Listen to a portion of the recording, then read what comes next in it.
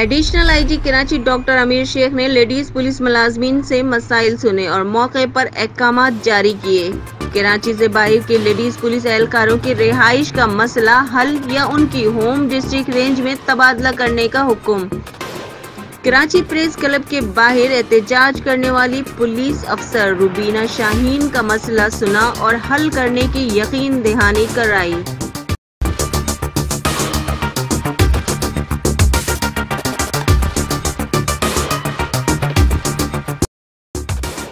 آئی جی Karachi doctor Amir Sheikh نے خواتین police افسران پر مشتمل کمیٹی بھی قائم کر دی۔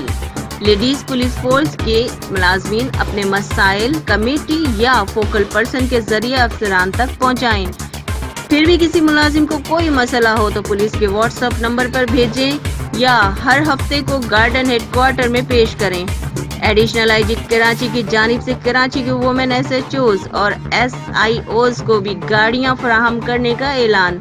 خواتین پولیس اہلکاروں نے مرد اہلکاروں کے شانہ بشانہ موٹر سائیکل پیٹرولنگ کی خواہش ظاہر کی اور انسداد جرائم میں اپنا کردار ادا کرنے کا بھی عزم ظاہر کیا۔